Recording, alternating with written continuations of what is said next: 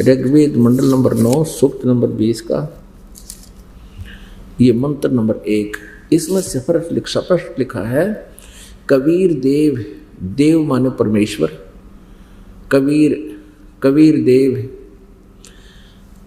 वह परमात्मा कबीर देव है। यहां लिखना चाहिए था यजुर्वेद की तरह वो कबीर देव है और सबका रक्षक है, विद्वानों की तृप्ति के लिए ज्ञान को देता है, सहनशील है, संपूर्ण दुष्टों को संग्राम में तरकृष्ट करने वाला है, यानी आध्यात्मिक ज्ञान में सबको पराजित कर देता है वो परमात्मा। आप परमात्मा जिन जिन महापुरुषों को मिले उनमें से अभी आपको नाम बताए थे, उनमें से एक हैं जो परमात्मा उन दृढ़ भक्तों को, अच्छी आत्माओं को मिलते हैं।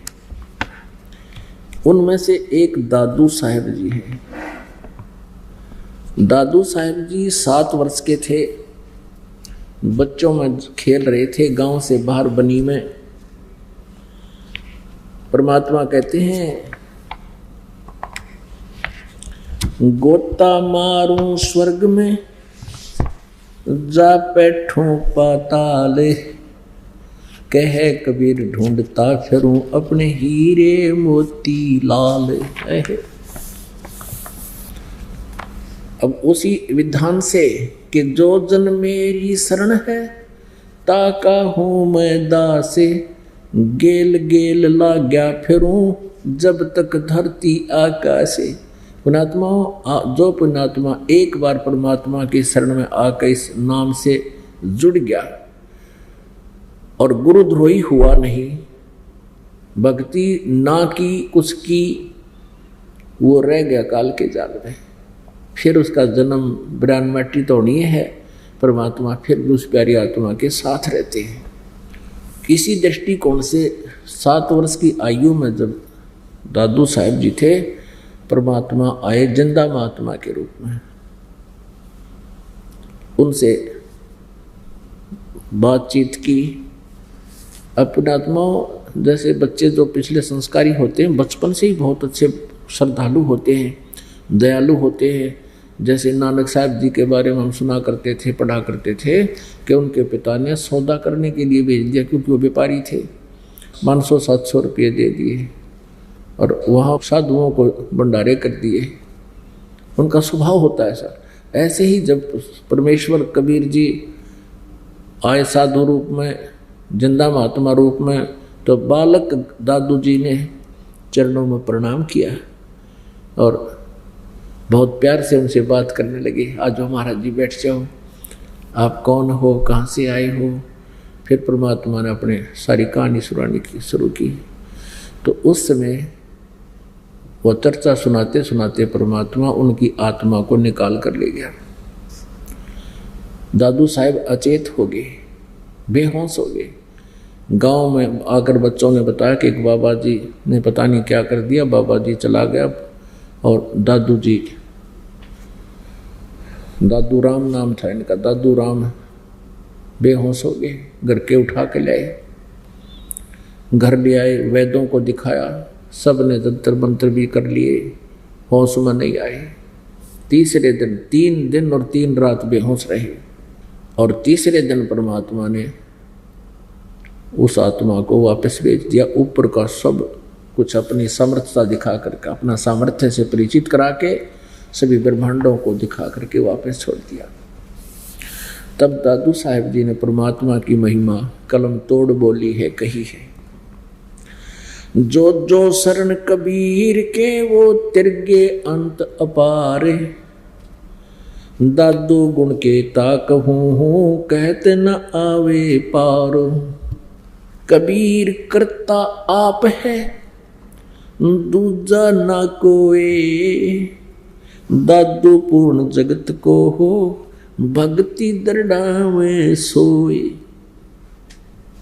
पूरे जगत को दादू साहब कह रहे हैं केवल कबीर जी ही भक्ति का यथार्थ मार्ग देते हैं और किसी के पास नहीं। ठेका पूरा होवे जब सबको तज शरीर, दादू काल गंजय नहीं, जपै जो नाम कबीर। दादू साहब जी कह रहे हैं कि एक दिन मृत्यु तो सभी की होगी जब समय पूरा होगा, लेकिन उस समय परमात्मा का सत्य नाम, कबीर जी का यथार्थ नाम जिसके पास है, उसको काल पकड़ नहीं सकता, रोक नहीं सकता। आदमी की आयु घटे तब यम घेरे आए, सुमरण किया कबीर का दादू लिया बचाए। मेट दिया अपराध सब आ मिले चनमाही, दादू संग ले चले कबीर चरण की छाही। सेवक देव निज चरण का दादू अपना जाने, भृंगी सत्य कबीर ने है कीन्या आप समान। दादू अंतर्गत सदा छन छन सुमरण ध्यान, वारो नाम कबीर पर पल पल मेरे प्राण। सुन सुन साख कबीर की काल नवावे माथे, धन धन तीनों लोक में दादू जोड़े आठ। सुन सुन साख कबीर की, साख माने महिमा, परमात्मा की समर्थता की वाणी को सुन सुन कर और काल का कहते माथा झुक जाता है। आए समर्थ की वाणी कौन बोल रहा है, मेरा तो नाश हो गया। इसलिए तक कबीर परमेश्वर की वाणी को इसने रिजेक्ट करवा रखा था। और जो परमात्मा कबीर जी की वाणी भी पढ़ते हैं वो भी बहुत सी आपदाओं से बच जाते हैं, लेकिन मोक्ष होगा पूरा कोर्स करने से, पूरा ही। जैसे कोई रोगी है, उसको कोई पीने की दवाई, कैप्सूल, टैबलेट्स दे रखी है, वो सारी ही खानी पड़ेंगी। तो ऐसे परमात्मा को पाने के लिए 3 मंत्र का जाप, यज्ञ, जो 5 यज्ञ, दान धर्म सेवा सत्संग श्रवण, ये सभी करने पड़ते हैं। सुन सुन साख कबीर की काल नवावे माथ, मस्तिष्क नवा लेता है काल, नीचा कर लेता है। दन दन हो तीनों लोक में दादू जोड़े हाथ, केरी नाम कबीर का ये विखम काल गजराज, दादू भजन प्रताप से ये भाग गए सुन के आवाज। अब क्या बताते हैं 21 ब्रह्मांड में। अब जैसे गीता जी अध्याय नंबर 15 के श्लोक नंबर 16 और 17 में 3 भगवान क्लियर कर दिए इसने, सरपुरुष, अक्षर पुरुष और तीसरा उत्तम पुरुषत्व अन्य है। पुरुषोत्तम तो कोई और है, वो तीनों इन दोनों से अलग है, सरपुरुष और अक्षर पुरुष है। और वही तीनों लोकों में प्रवेश करके सबका धारण पोषण करता है, और वही वास्तव में अविनाशी है, उसी को परमात्मा कहा जाता है। फिर 15वें जाके 18वें श्लोक में अपने विषय में कहता है कि मेरे 21 ब्रह्मांड के अंदर जितने भी प्राणी हैं उनसे मैं उत्तम हूँ, उनसे मैं तगड़ा हूँ, इसलिए मैं पुरुषोत्तम नाम से प्रसिद्ध हो रहा हूँ। लोक वेद के आधार पर, दंत कथा से मैं, क्योंकि जितने भी मेरे अंतर्गत प्राणी हैं इनसे मैं तगड़ा हूँ, इसलिए मैं पुरुषोत्तम प्रसिद्ध हो रहा हूँ। लेकिन उत्तम पुरुषत्व अन्य, पुरुषोत्तम तो कोई और है। 15 में जाके 17 में मैं कति क्लियर कर दिया। तो यहाँ दादू साहेब जी का कहने का तात्पर्य भी यही है। क्या कह रहे हैं? केरी नाम कबीर का और विखम काल गजराज, दादू भजन प्रताप से ये भाग गए सुनत आवाज। जैसे हाथी कितना तगड़ा, कितना मजबूत प्राणी होता है, पशु है, और जंगल में मदमस्त घूमता है। परमात्मा कहते हैं यो काल भी छोटी माया को ना, इसने तो समझ लो हाथी है यो। और हाथियों में भी गजराज, यानी हाथियों का भी राजा सबसे तगड़ा, क्योंकि जिसमें शक्ति ज्यादा हो वो राजा होया करे। इस काल के लोग का भी धान है, जिस दौरा 10 लठ ज्यादा हो गए वो राजा हो गया, जिसके पास सेना घनी होगी वो राजा हो गया, जिसकी पहले अपनी ताकत जिसके पास अधिक होती थी वो राजा होता था। सब ने कूट छेद के अपना सीधा कर ले तक मेरे अधीन हो जाओ। तो जैसे इस काल को तो समझो हाथी अस्थि, और परमात्मा के इस नाम को मंत्र को समझो, कबीर जी को समझो बब्बर शेर केहरी। और हाथी कितना तगड़ा हो और आसपास आके शेर एक बार अपने चंगाड़ मार दे, अपनी एक बार दहाड़ मार दे, हाथी लीद कर देता है। और मुंडी गोवर भाजन की सोचा करो, आ गया पाछे थे। केरी नाम कबीर का विषम काल गजराज, दादू भजन प्रताप से ये भाग्य सुनत आवाज। ये खुद भी कहता है कि मैं तो लोक वेद के आधार से पुरुषोत्तम प्रसिद्ध हो रहा हूँ। आई एम नॉट पुरुषोत्तम, पुरुषोत्तम तो कोई और है। गीता जी नंबर 8 के श्लोक नंबर 1 के उत्तर में मंत्र 3 में कहा कि वो तो परम अक्षर ब्रह्म है। वो परम अक्षर ब्रह्म जो मूल संसार रूपी वृक्ष की जो जड़ है वो है। पल एक नाम कबीरे का दादू मन चित लाए, हाथी के असवार को हो श्वान काल नहीं खावे। पुणात्मा उदाहरण दे रहे हैं दादू साहिब जी, और ऐसे सभी संतों ने बताया है जो परमात्मा से परिचित हुए, कि जिसने कबीर परमेश्वर जी की विधिवत शरण ले ली, पूर्ण संत के माध्यम से परमात्मा का प्रोटेक्शन पा लिया, जैसा आप जी को उपलब्ध है, तो आप ये समझो कि आप हाथी पर बैठ गए, आप जी हाथी पर सवार हो गए, और आपको अब कुत्तों के काटने का भय मिट गया। हाथी गांव में जाता है, हम देखा करते थे, ये आते थे दाने मांगनिए, कनक मांगते फिरते थे हाथी के साथ। तो गांव के तकरीबन उस एक कॉलोनी के सारे कुत्ते इकट्ठे हो गए और हाथी को देख कर विशाल काय, और उसने नो सोचा करते यू के आ गया, उसने भौंक्या करते कम से कम 20-20, 30-30, 50-50 कुत्ते इकट्ठे हो जाते, पर हाथी से वो 50 फुट दूर रहते थे। अब जैसे आपको बताना चाहते हैं दादू साहब जी कि आप जी कबीर जी का नाम लेकर के ऐसे समझो हाथी पर बैठ गए, और काल में समझो कुत्ताई में। उदाहरण दे रहे हैं, डिफरेंस बता रहे हैं शक्ति और पावर और प्रोटेक्शन का। आप हाथी पर बैठ गए और काल को समझो कुत्ता। अब हाथी पर बैठे व्यक्ति को कुत्ता किसी प्रकार से भी हानि नहीं पहुंचा सकता, यानी उसकी रेंज से, उसकी पहुंच से बाहर हो गए आप। कुत्ता प्रथम तो हाथी के निकट नहीं आ सकता, आ जा तो ऊंचाई गणी, और एक सूंड मार दे तो उसका टट्टी पेशाब निकल जाए कुत्ते का। तो क्या बताते हैं, पल एक नाम कबीर का दादू मन चित लाए, हाथी के असवार को स्वान काल नहीं खाए। आप काल के रेंज से, पहुंच से बाहर हो गए जिन्होंने परमात्मा का नाम ले लिया। लेकिन मर्यादा में रहोगे तो बचोगे। यदि आप हाथी से नीचे कूद गए, छलांग लगा गए, यदि आपने मर्यादा तोड़ दी, नाम खंड हो गया, भगवान की शरण आपसे हट गई। पंजा दस्त कबीर का सिर पर रखो हंस, यम किंकर चंप नहीं तुम्हारा उधर जात है वंश।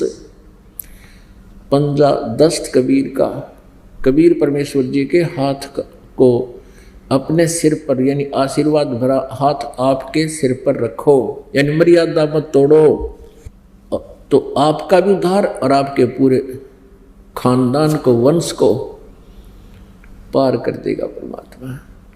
तो ऐसे हाथी के ऊपर बैठे हुए व्यक्ति को काल, कुत्ता हानि नहीं कर सकता, काल रूपी कुत्ता। और आप हाथी से नीचे पड़ गए, नीचे उतर गए तो काट के खा जाएंगे, वो तो नरे पीछे लग रहे हैं। सुमरत नाम कबीर का कटे काल की पीड़, दादू दिन दिन ऊंचा होवे परमानंद सुखसीर। दादू नाम कबीर की जो कोई लेवे ओटे, तिनको कभू लागे नहीं ये काल बदर की चोटे। अब दादू साहब जी कह रहे हैं कि जो परमेश्वर कबीर जी की ओट में आ गया, उनकी आड़ ले ली, शरण ले ली, उनको काल के अटैक नहीं होंगे। काल के अटैक कैसे होते हैं? अब ये क्या करता है, जब तक इस पुण्यात्मा के पुण्य साथ हैं तब तक ये कितने तो जुल्म करो और कितनी उच्च पदवी प्राप्त कर लो, और जिसमें इसकी बैटरी डिस्चार्ज हो जाएगी, पुण्य समाप्त हो जाएंगे, भविष्य में कोई सत साधना इसके पास नहीं है प्राणी के पास, फिर तुरंत अटैक कर देगा, इसको मार देगा। कबीर परमेश्वर जी कहते हैं, कहाँ जन्मे पाले पोसे, खूब लड़ाए लाडे, ना जाने इस देह के कहाँ खंडेंगे आड़। परमात्मा कहते हैं कि देखो, हमें समझाना चाहते हैं, माता पिता ने तुमको कितने प्यार से पाला पोसा और कितने लाड किए आपके, और ना पता, और आप फिर उसी प्यार के वश इस परिवार को, संपत्ति को अपना मानते हो। परमात्मा कहते ना पता कित आड़ खंडेंगे इस शरीर के। परमात्मा कहते हैं, कबीर कहाँ गर्भियो, काल गह कर केश, ना जाने कित मारेगा भाई के घर के परदेश। आप जी परमात्मा के इस ज्ञान से प्रभावित हो जाते हो, होना चाहिए, क्योंकि आपको डर लगना चाहिए कि भगवान इतनी दूर से आकर परमेश्वर हमें क्या बताने आए थे, और क्या वो कोई भाट नहीं थे, कोई डूम नहीं थे, उनका कोई उद्देश्य रोजी रोटी का धंधा नहीं था। वो तो अपने कपड़ा बन के खुद खाया करते थे और शेष बचे हुए को भंडारा करते थे। अब पुण्यात्मा, एक आंध्र प्रदेश का मुख्यमंत्री हेलीकॉप्टर में जावा था, और हेलीकॉप्टर पता नहीं, जब बैटरी डिस्चार्ज हो जाती है इन्वर्टर की, तो फिर घोर अंधेरा हो जाता है। उसका तीसरे दिन शव मिला था, और वो जब चल रहा था हेलीकॉप्टर में, क्या क्या उम्मीदें होंगी, क्या क्या आशाएं होंगी, ऐसे कर दूंगा, जल्दी चलता हूँ, ऐसा करूंगा, ऐसा करूंगा। परमात्मा की ये वाणी याद रखनी चाहिए कि कहाँ जन्मे पाले पोसे, खूब लड़ाए लाड, ना जाने इस देह के कहाँ खंडेंगे हाड। ऐसे ही करना अरुणाचल का मुख्यमंत्री पीछे से, उसकी तो मेरे ख्याल 6-7 दिन में लाश पाई, वो भी ऐसे मृत्यु को प्राप्त हुआ। ऐसे एक पोलैंड देश का पूरा मंत्रिमंडल, कैबिनेट, जिसमें 96 आदमी थे, प्रधानमंत्री तक एक एयर क्रैश में, जहाज के एक्सीडेंट, हवाई जहाज के एक्सीडेंट होने से सारे मर गए। और उससे पहले वो के कुफर तोल रहे होंगे, कितने न सता रहे होंगे, पता नहीं के उम्मीद लगा रहे होंगे। तो यहाँ परमात्मा हमें याद दिलाते हैं, कबीर कहाँ गर्भियो, काल गह कर केश। कहते काल तेरे बाल पकड़ेगा, और पकड़ कर बाल सिर के पता नहीं कित पटकेगा ठाके, ना जाने कित मारेगा यो, क्या घर क्या परदेश। करा कित ठोक देगा। जब सांस पूरे होंगे, वहीं 1 सेकंड का भी समय आपको काल नहीं देगा। और जिस समय आप परमेश्वर कबीर जी की शरण में आ जाओगे, ये वज्र है काल के। वज्र माने ये भयंकर हथियार, तीर। जब लग हंसा हमरी आना, काल लग नो तेरा बाणा। जब तक हंस तो मेरी आन कान में मर्यादा में रहेगा, तब तक इस काल का अटैक मेरी आत्मा पर नहीं हो सकता। तब तक तेरा ये काल के ये चोट काल नहीं मार सकता आपके, जो इस तरह ये मार रहा है। तो यहाँ दादू साहिब जी क्या बताते हैं, दादू नाम कबीर की जय कोय लेवे ओटे, तिनको कभू लागे नहीं काल बदर की चोटे। किसी का बेटा मार दिया, किसी बेटी मार दी, ये घटना नहीं घटने देगा। नियत साबत से मर्यादावत आधीनी पूर्वक सत साधना करते हुए दान पुण्य करते रहेंगे परमात्मा की मर्यादा अनुसार, तो ये घटना परमात्मा नहीं घटने देता। हम गलती कर देते हैं, थोड़ा सुख होते ही हम भूल जाते हैं, परमात्मा के नियमों का उल्लंघन कर जाते हैं लोक लाज में आके। अब किस प्रकार हमने साधना करने से परमात्मा कबीर जी हमारी मदद करेंगी। तन मन शीस ईस अपने पे, तन मन शीस ईस अपने पे, पहलम चोट चढ़ावे जब कोई राम भगत गत पावे हो जी, जब कोई राम भगत गत पावे हो जी।